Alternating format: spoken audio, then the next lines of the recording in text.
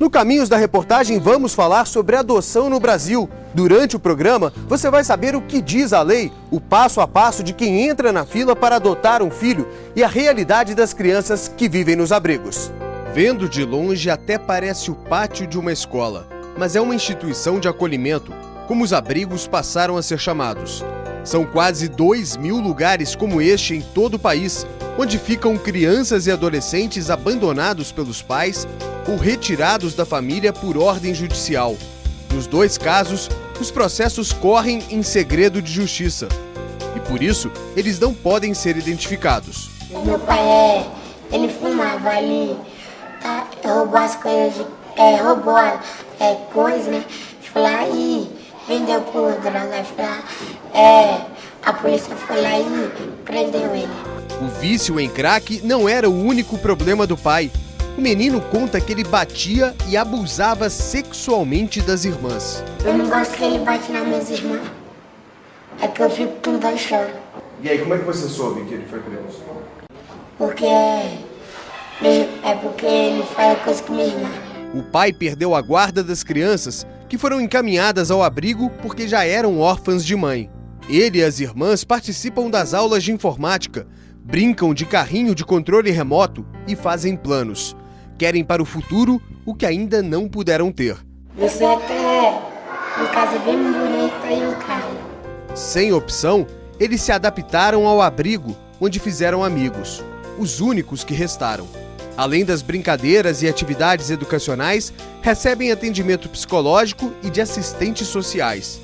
Neste abrigo em Brasília, os profissionais se esforçam, mas são poucos para tantas crianças. Eu acho que enquanto não forem trabalhadas as políticas públicas para cuidar dessa prevenção, dessa base, que seria a família, que seria a base de tudo para mim, os acolhimentos vão continuar acontecendo e é uma frustração para mim eu tentar trabalhar a família e a família não entender.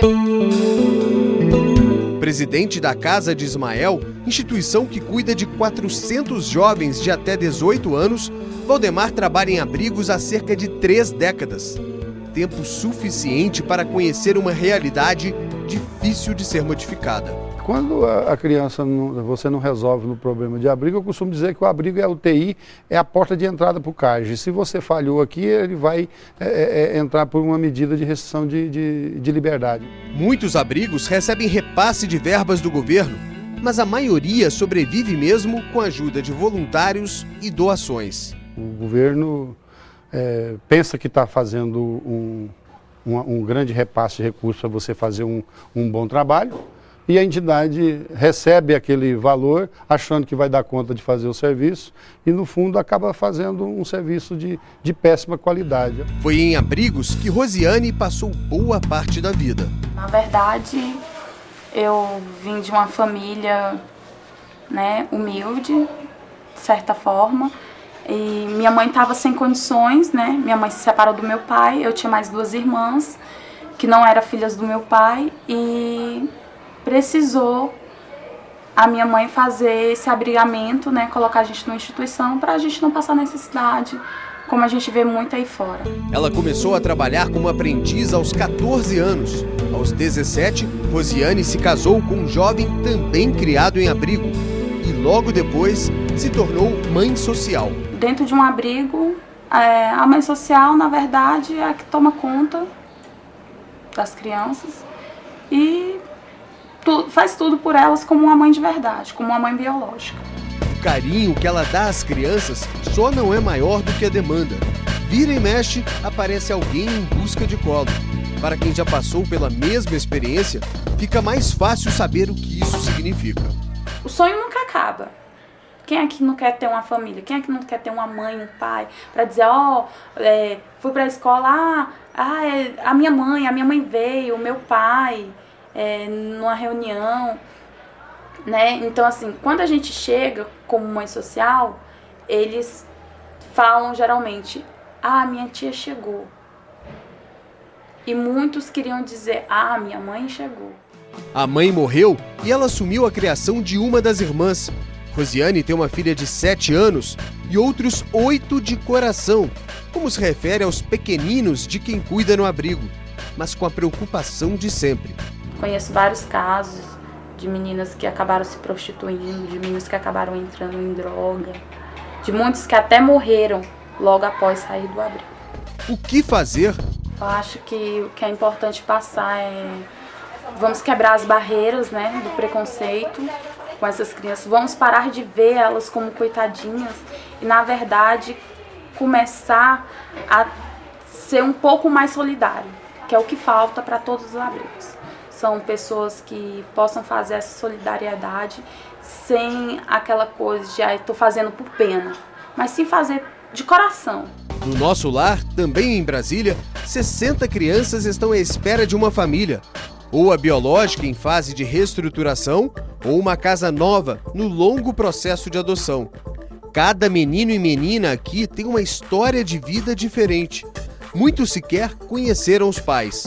Outros foram abandonados, mas há um traço comum. São crianças inseguras mesmo, né? Por conta de toda a negligência, de todo o abandono, né? Elas têm característica muito de insegurança, né? De autodependência. A psicóloga acompanha o desenvolvimento das crianças de perto e se depara com uma questão complexa. Como equilibrar o princípio de priorizar o retorno dessas crianças à família de origem e o reconhecimento rápido, quando for o caso, de que os pais biológicos não têm mesmo condições de recuperar a guarda? A gente trabalha com a pergunta: a gente já investiu o suficiente, né? Já foi o suficiente que a investida nessa família? A gente trabalha muito em cima disso, porque realmente são usuários de crack. A maioria são usuários de crack, são moradores de rua, então que a gente sabe que tem que mudar toda uma cultura. A pergunta, eu acho que deveria ser deslocada, né? Que longos anos foram esses dessa família, essa criança não teve assistência devida até ela chegar nesse limite e aí ela ser duplamente punida. Duplamente punida porque ela perde a guarda dos filhos e ou depois até o poder familiar. As crianças são punidas porque vão para o abrigo, né? E de certa forma, por mais ideal que esse abrigo seja, estar ali é uma certa punição porque ela foi retirada de um lugar. Muitas vezes ela não tem noção por que foi retirada dali. Quando as autoridades decidem destituir o poder familiar, tirando a guarda de pais e parentes, os jovens entram no CNA, o Cadastro Nacional de Adoção. Segundo o último balanço do Conselho Nacional de Justiça, 4.856 adolescentes e crianças são considerados aptos, ou seja, já podem ser adotados. Faltam interessados? Ao contrário, os dados mostram que há 27.478 pessoas também aptas, prontas para adotar, o que leva à pergunta inevitável: por que, então, milhares de meninos e meninas permanecem nos abrigos? Entendo eu que houve uma burocratização no processo de adoção, porque desde o início em que os pretendentes buscam a inscrição, eu passo por uma judicialização, eu tenho que fazer um requerimento ao juiz, que é uma instrução que eu vou fazer de um processo. Então, há uma demanda que normalmente aqui no DF a gente faz através de advogado ou da própria Defensoria Pública. Uma das tentativas de dar agilidade ao processo de adoção passa pelo Congresso Nacional. Mas a recém-formada Frente Parlamentar da Adoção ainda engatinha. Primeiro fará seminários para ouvir setores da sociedade civil, provavelmente até o fim do ano que vem. E só depois deve apresentar propostas ao entrave. O objetivo é desburocratizar sem que se perca o controle do poder público sobre se aquela criança está indo realmente para um lar, para ter uma vida, ou se não. Para esta advogada, especialista em direito da família, o processo é longo, mas deve mesmo ser criterioso. Eu concordo assim, tem que tornar mais ágil, entendeu? Mas não tirar todos os pré-requisitos preenchidos, aquela documentação toda, porque é importante, sabe? Para você ter uma coisa, uma documentação legal, uma situação de garantia, entendeu? Tanto para a família, principalmente para o menor. A Defensoria Pública alerta para outra situação comum, ilegal e que ficou conhecida como adoção à brasileira. Nós estamos diante da adoção à brasileira. Isso é crime. Eu não posso conceber a hipótese de tomar filho alheio como próprio. Mesmo né? com a concordância da Mesmo com a genitora. concordância, porque o filho é dela, né? Então, já estou mitigando o conhecimento da ascendência biológica. A pena varia de 2 a 4 anos de prisão, mas há precedentes de perdão judicial. Eu cometo o crime, mas aquele crime que eu cometi foi de muito ganho para o adotado, ele é perdoado. Um caso recente chamou a atenção das autoridades e aumentou a preocupação de quem defende a cautela nos casos de adoção. No início do ano passado, um casal de Santa Catarina tentou devolver um dos filhos adotados em 2004. Os pais alegaram dificuldades no relacionamento com o menino, mas queriam manter a guarda da irmã dele. Eles ainda foram acusados de discriminação. O filho biológico estudava em uma escola particular e os adotivos em um colégio público. Acionada, a justiça considerou o casal despreparado, decidiu retirar a guarda e aplicar uma indenização de R$80 mil. O valor deve ser pago aos irmãos adotados por danos morais. As crianças foram encaminhadas a uma instituição de acolhimento. Um caso atípico no Brasil. Ainda cabe recurso, mas já provoca discussão. É uma inovação do judiciário, principalmente na área de família, em que os fatores são muito antigos, né? A gente preserva o bem-estar da criança. E eu acho que isso aí foi pensado por ele, até mesmo com a preocupação de um futuro, porque na família a criança tem uma condição, a perspectiva de um futuro melhor do que num abrigo, né? Então, quer dizer, ele já pensou no que ela deixa de ganhar até a maioridade, estudo, o que seja, porque na família ela tinha muito mais condições do que um abrigo pode proporcionar. Esses casos não são tão comuns quanto se imagina, mas alguns casos ainda se verificam. Num primeiro momento, na visão do leigo, você pode dizer assim, isso é uma indignidade. A pessoa ou o casal ter esta criança, receber essa criança em adoção e depois devolver. Nós precisamos segmentar isso. Primeiro, a adoção ela é irrevogável. Uma vez concedida a adoção, estabelece-se ali um vínculo de filiação, paternidade e maternidade irrevogável. Para se romper esse vínculo, terá que existir um outro processo da destituição do poder familiar. No próximo bloco, você vai conhecer histórias de crianças que tiveram a chance de uma vida melhor porque foram escolhidas por uma nova família. O amor na gestação, você já vai amando aquele filho desde o primeiro momento, e quando ele nasce, você já ama mesmo sem conhecer. Na adoção é um amor que chega a cada dia. Você não olha para a criança e já está morrendo, apaixonada por ela. Você se permite amar aquela criança, reconhece ela como seu filho, né? E é um amor que entra um pouco a cada dia, né? Um amor que você vai construindo a cada dia, que chega a um ponto que já está tudo igual e é tudo a mesma coisa, e é filho e pronto, acabou.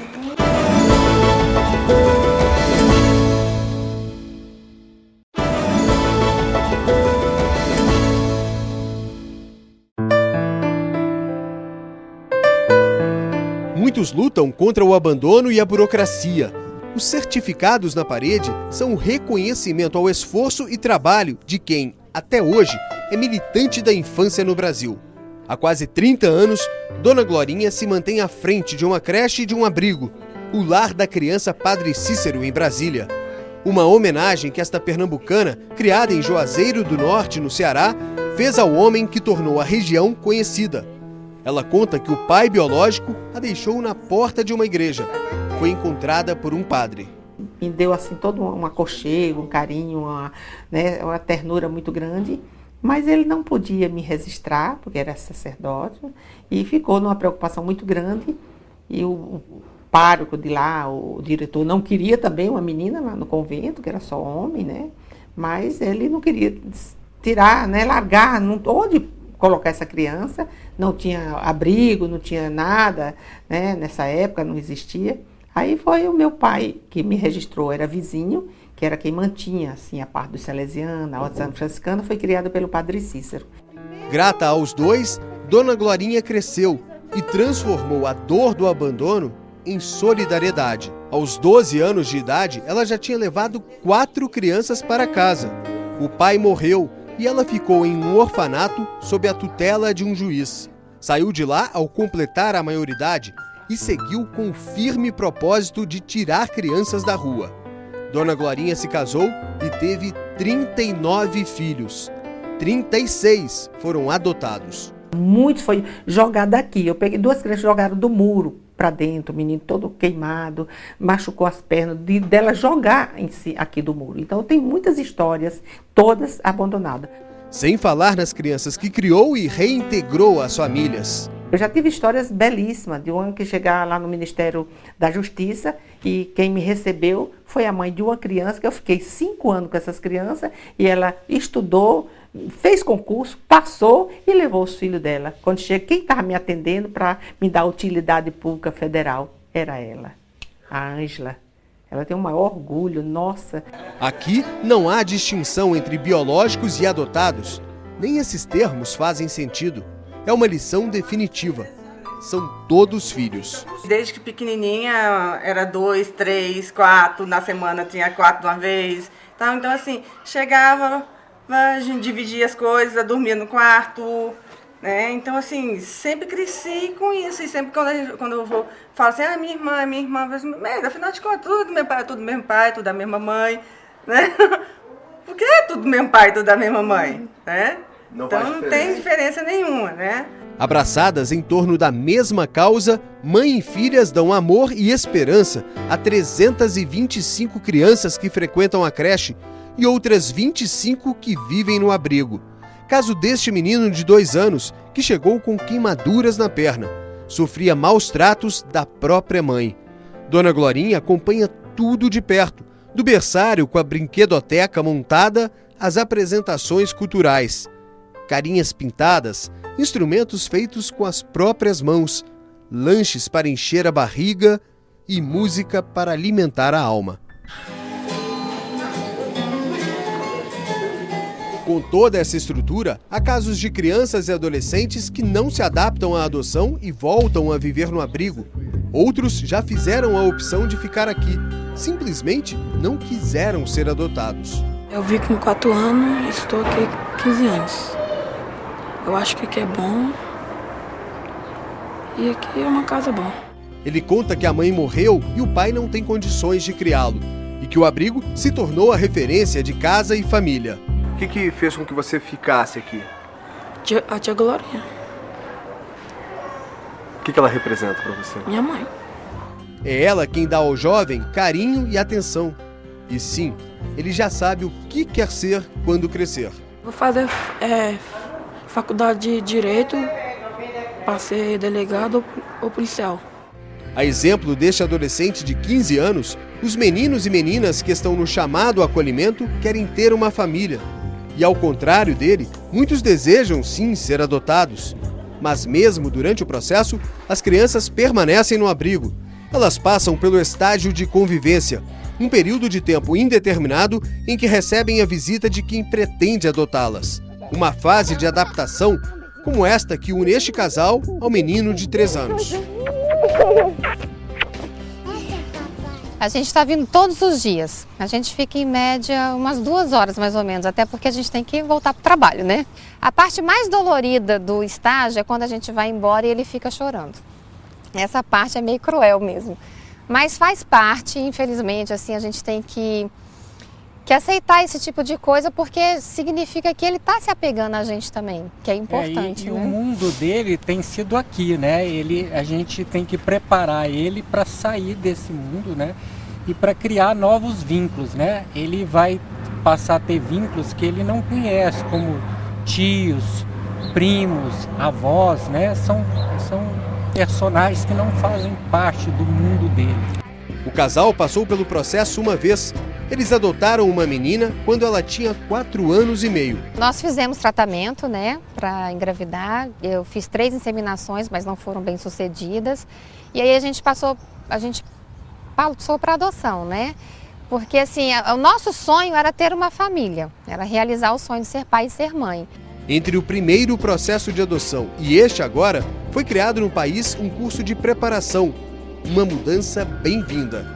Tem uma parte bem interessante do curso que eles falam sobre a porcentagem do que a genética representa num filho adotado, né?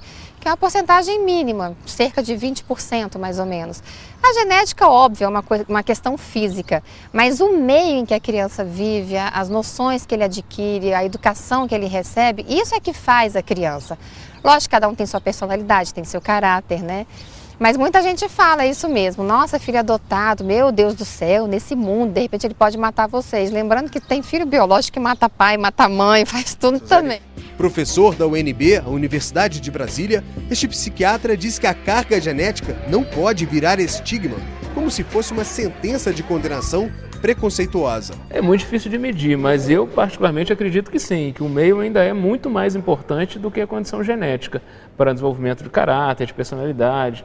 A condição genética seria mais quando se fala em doenças, né? Em doenças mais específicas. A criança que está no abrigo geralmente é a criança da família pobre. Aí a gente acha que só na família pobre tem mazelas, mas nas famílias médias e abastadas tem, só que elas estão ocultadas, porque elas vão parar no consultório do psicólogo privado, elas vão ser resolvidas por um advogado contratado, né? Então essas mazelas não aparecem. Beatriz, ou simplesmente Bia. 9 anos e uma enorme disposição para fazer tudo o que toda menina da idade dela tem vontade.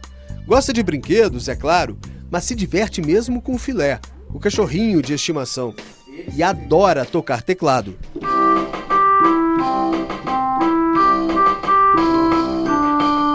Outro passatempo é o computador. Tem até um blog, a Turma da Bia. Ela e as amigas criam revistinhas em quadrinhos e dão dicas de como fazer brinquedos sem sair de casa. Você vai precisar de folhas de cartolina colorida, no mínimo 3, mas se gostar e se tiver pode usar quantas quiser. Bia também participa das redes sociais, como o Facebook, mas tudo com total controle da mãe. Ou proíbe, né, se você tem muito medo, ou proíbe ou vigia. Né, e controla. Então eu optei por vigiar e fazer a coisa muito de acordo também com ela. Então ela pode ter o Facebook? Pode, mas protegendo o rosto, e o que chega de mensagem para ela primeiro chega para mim. Uma relação transparente, tanto que Ana Lúcia e o marido nunca esconderam de Bia o processo de adoção. O plano A é o plano natural, né? Foi como a natureza fez, e aí não funcionou o plano A, passamos para o plano B, que é a fertilização assistida. Nós tentamos 3 vezes. Mas há um custo físico, financeiro, psicológico muito alto, tanto para mim como para o meu marido. Então, quando deu a 3ª vez, a gente percebeu que a gente estava colocando em risco a própria estrutura financeira da casa. Bia chegou bem novinha, com apenas 5 dias já estava em casa. A gente olhou e teve certeza que era. O coração amou na hora, sabe? Não teve isso de olhar se tinha 5 dedinhos, se tinha o pezinho torto, se não tinha. Isso não era importante. Né? A gente olhou e disse, é o nosso bebê. A gente teve certeza. Sou excelente, feliz e alegre. Por quê? Porque eu gosto muito da minha família. O maior beneficiário, tenha certeza que somos nós. Ela nos ensina muito do que a vida pode ser. Então, da naturalidade, da espontaneidade, de não ver problema em quase nada, né? Para quase tudo tem uma solução. Então, é uma via de mão dupla, mas que a gente mais recebe do que dá. Considerada pelo próprio Poder Judiciário uma situação extrema, válida apenas em último caso, a adoção esbarra ainda na série de exigências de quem quer adotar. Uma dessas adoções que eu acompanhei, eu acho que o casal foi muito feliz quando eles me disseram. Eles falaram, é um constrangimento muito grande para nós ter que escolher a cor do olho, a cor da pele, o jeito do cabelo do nosso filho, porque quando é um filho natural, a gente não escolhe. Quando a gente, sei lá, numa gestação, a mãe não sabe como é que o filho vai vir, como é que vai ser.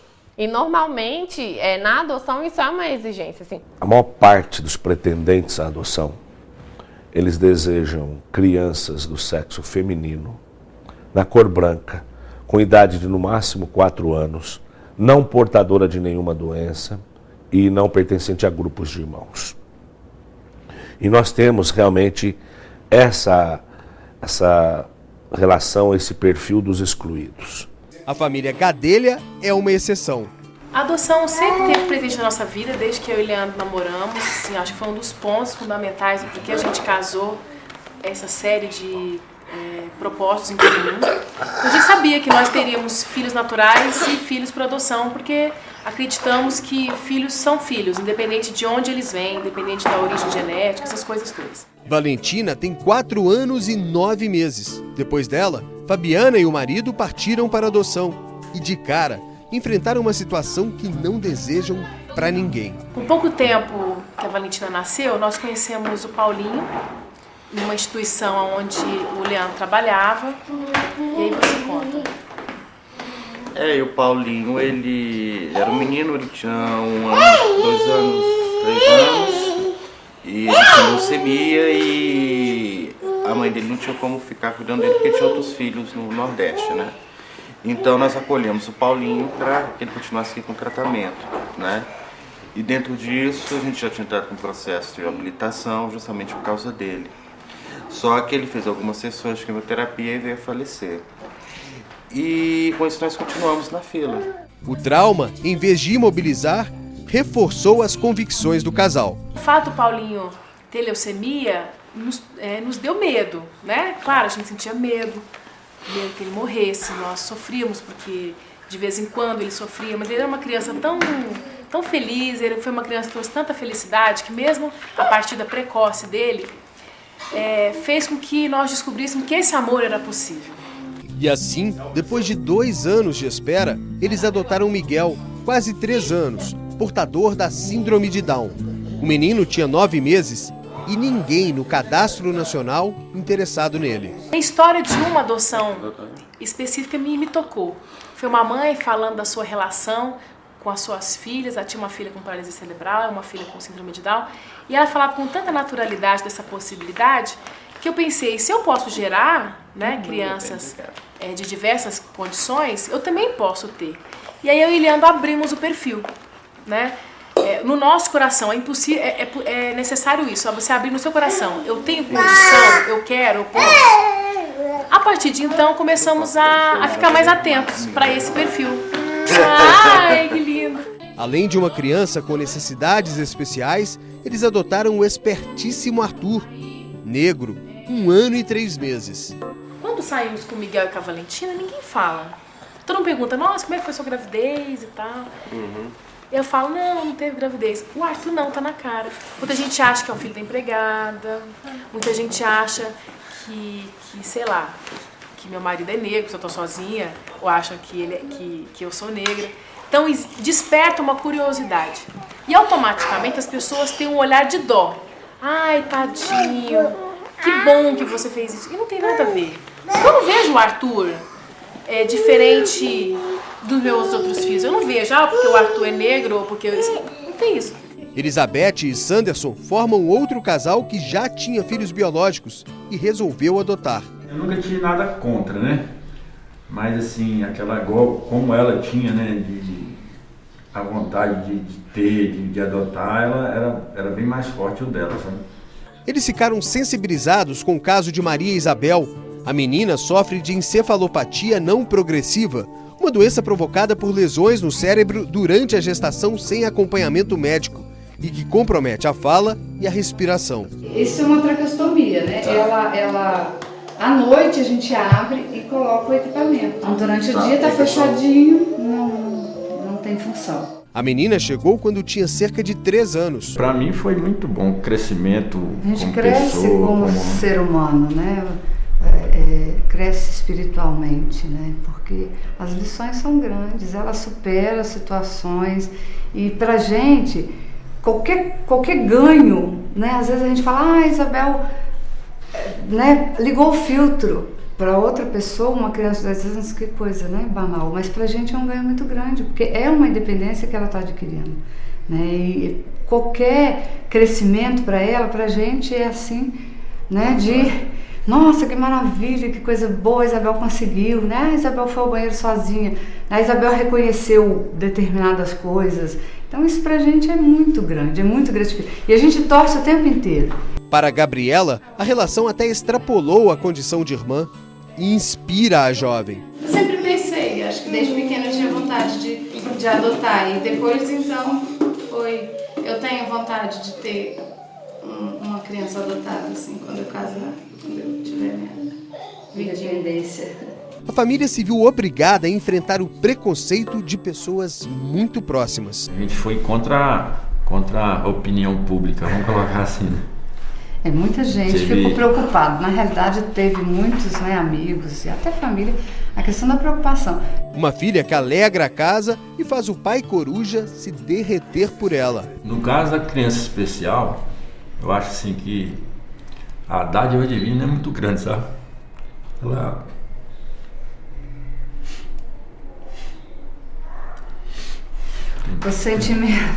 O sentimento no momento da opção, né, de escolha, acho que no primeiro não deve existir escolha. Fomos escolhidos por ela, porque, né, ela na época do hospital, né, ela tinha o olharzinho bem perdido, né, em função de tantos sofrimentos, de várias situações. E assim, hoje a gente percebe que esse olhar ele tem sentido, ele tem foco, né?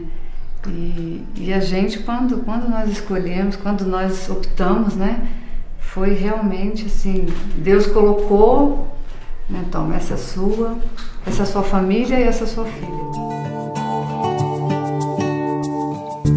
Depois do intervalo, casais homossexuais, homens solteiros, gente que superou as barreiras do preconceito e descobriu na adoção um novo sentido para a vida. Uma coisa que quase que mútua. Ele querendo ficar comigo e eu querendo ficar com ele.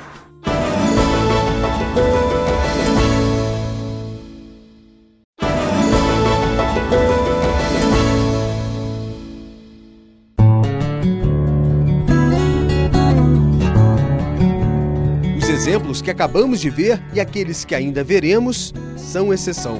Um levantamento do Conselho Nacional de Justiça explica por que há 6 vezes mais pessoas aptas a adotar do que jovens liberados para adoção. Os dados mostram que 70% dos candidatos só aceitam crianças brancas. Quase 81% exigem que elas tenham, no máximo, 3 anos de idade. E 86% recusam aquelas que têm irmãos. O problema é que apenas 7% têm menos de 3 anos e 3 em cada 4 têm irmãos. Por isso, apesar de simples, a conta não fecha. Mesmo que muita gente, como este casal que vive em Brasília, ajude a reverter o quadro.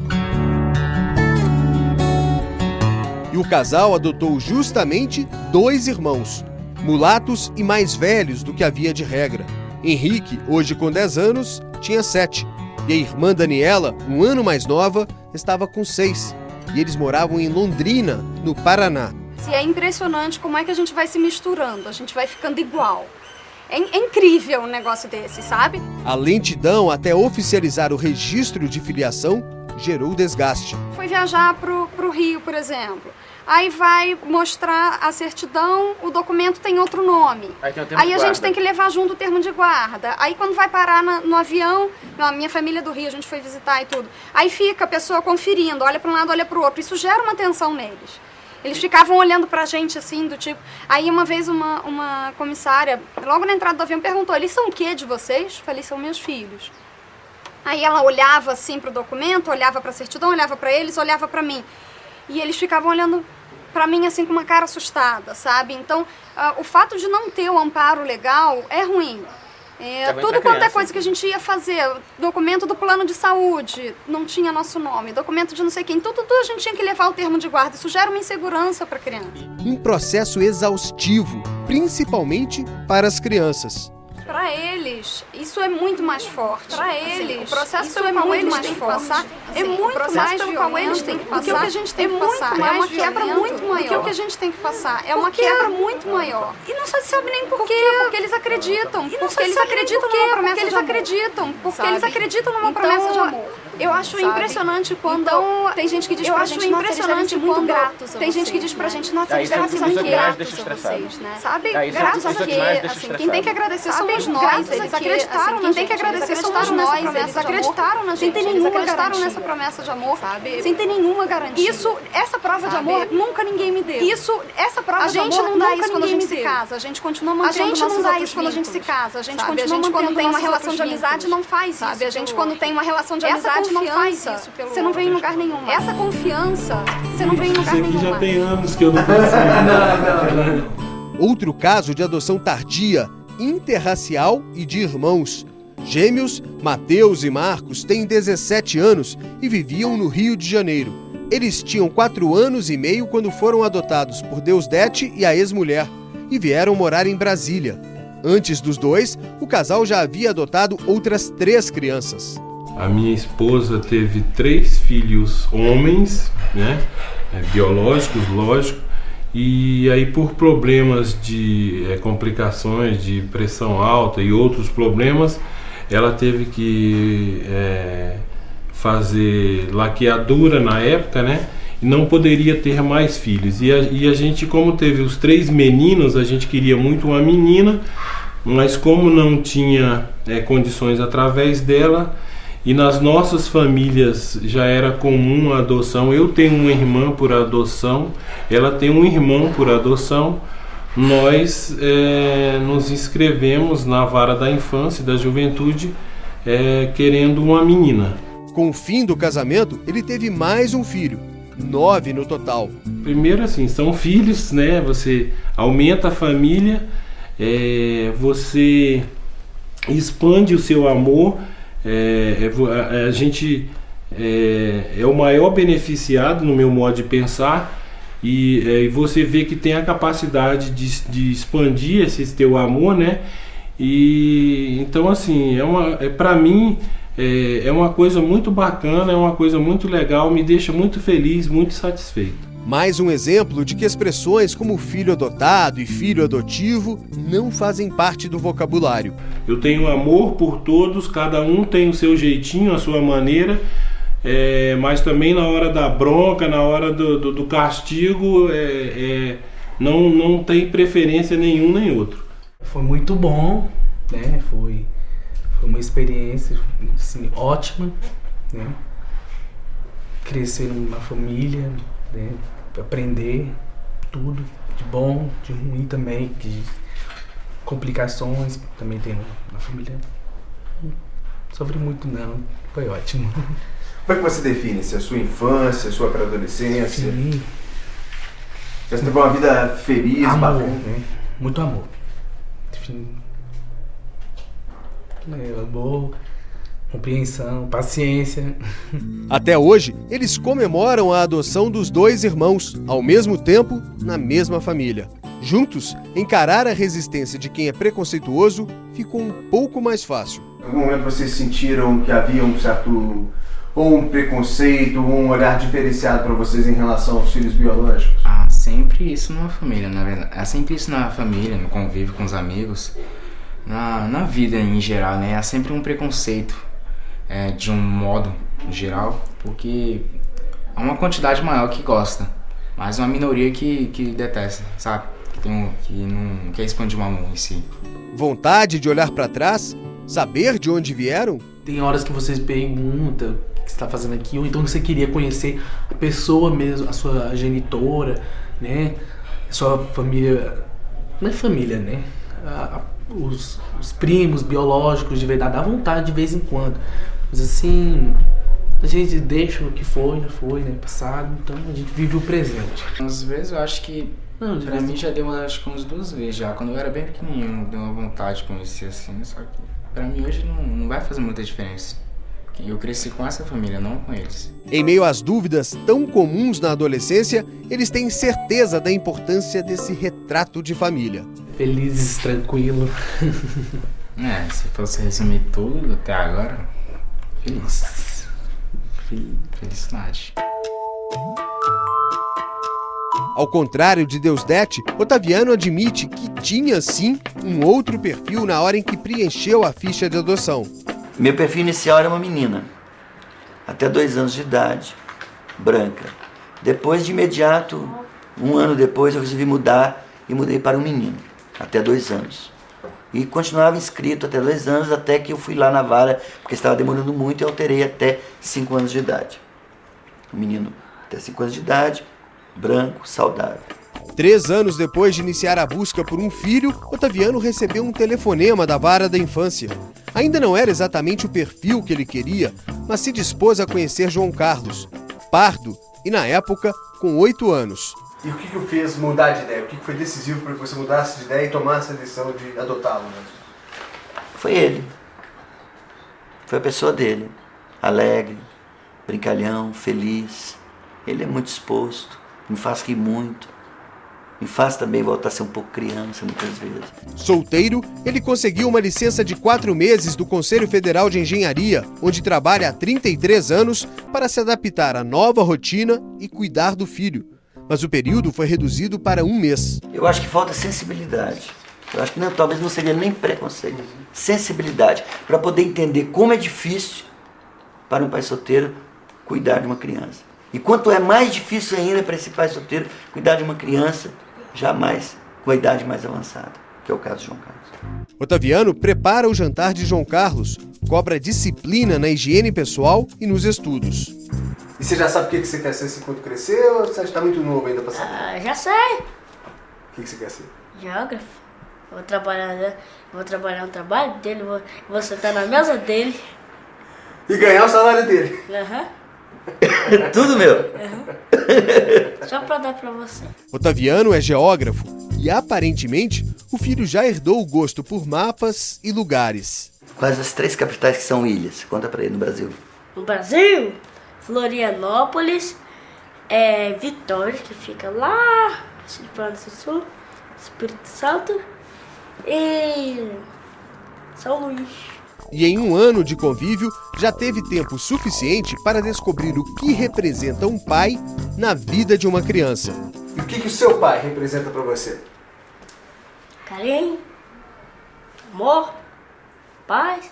Eu acho que a melhor preparação, eu acho que é uma das coisas que o Estatuto da Criança e do Adolescente prevê, é o estágio de convivência.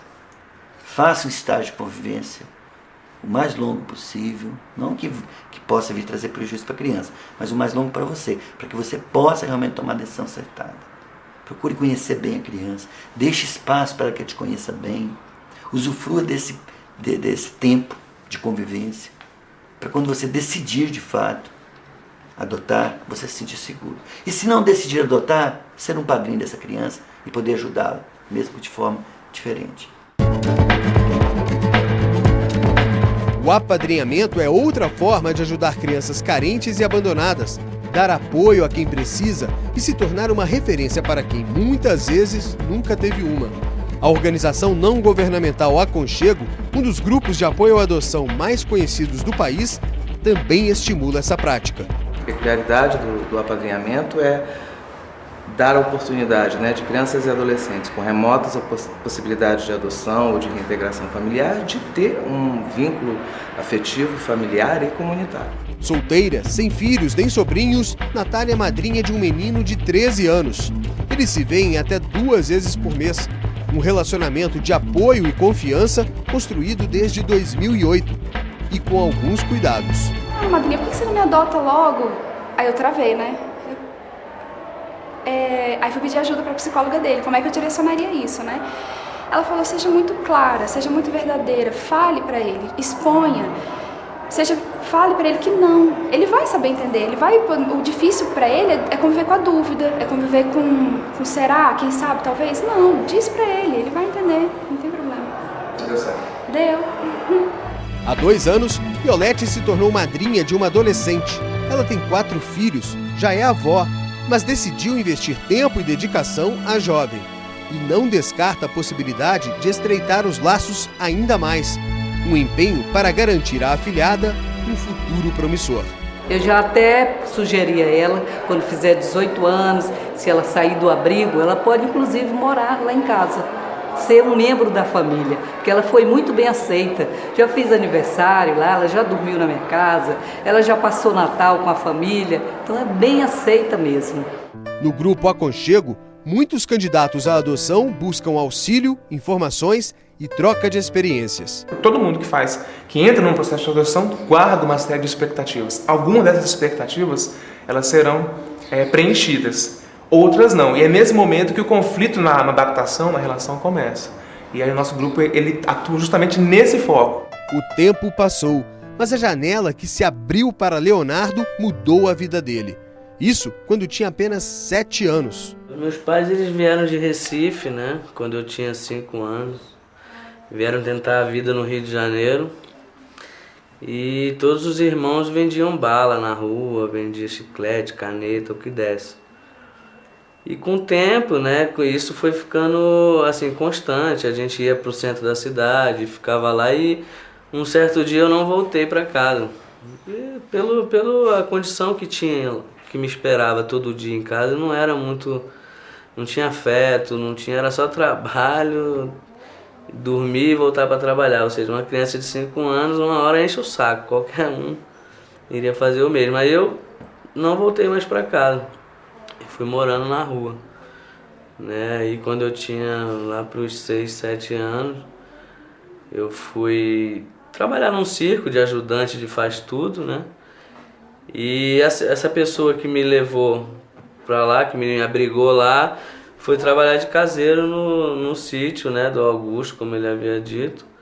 E eu fui junto com ele, porque eu não tinha nem para onde ir, então qualquer direção eu estava embarcando. E foi aí que eu conheci o Augusto. Homossexual assumido e ativista gay, como gosta de dizer, Augusto vivia naquela época com o companheiro, Luiz Carlos. Se hoje, mesmo com o aval da justiça, a adoção por casais homoafetivos é cercada de tabus e preconceitos, que dirá há 25 anos. Nós éramos 2 homens, para que a gente pudesse adotar ele tinha que querer, enfim, querer saber o que ele achava disso. Aí ele disse que topava, que aceitava, mas como ele era um menino, uma criança de 7 anos, a gente não sabia exatamente a história dele. Então o primeiro passo estava dado, que era a aceitação, o interesse dele e o nosso.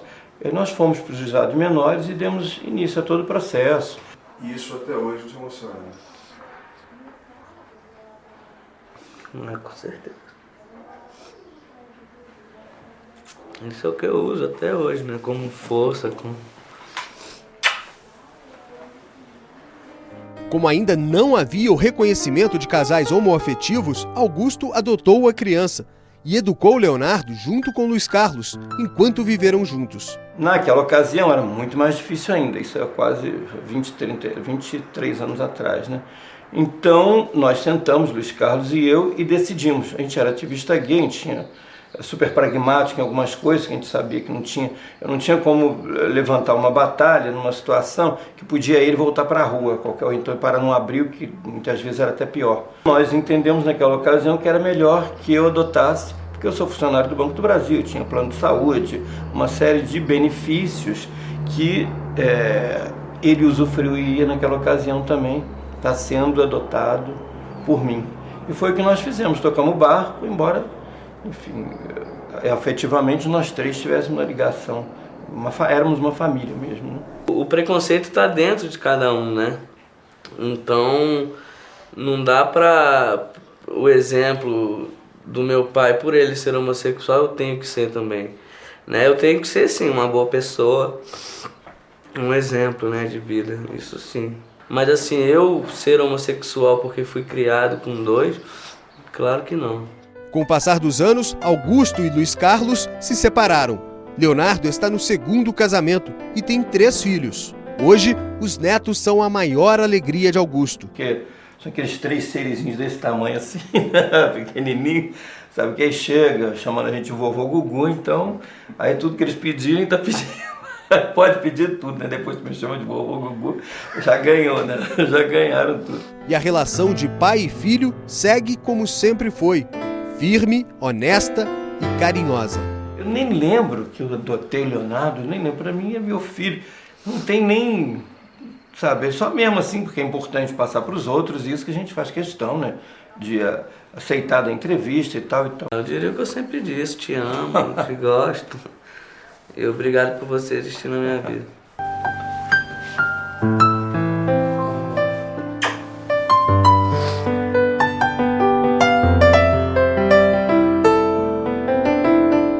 casais homoafetivos, casais heterossexuais, solteiros, adolescentes ou crianças, jovens carentes, abandonados, negros, brancos, com necessidades especiais. Mais do que uma opção, a adoção é para todos eles uma vitória. Histórias de sofrimento, luta, emoção e superação. E acima de tudo, a conquista de uma família, a que todos têm direito.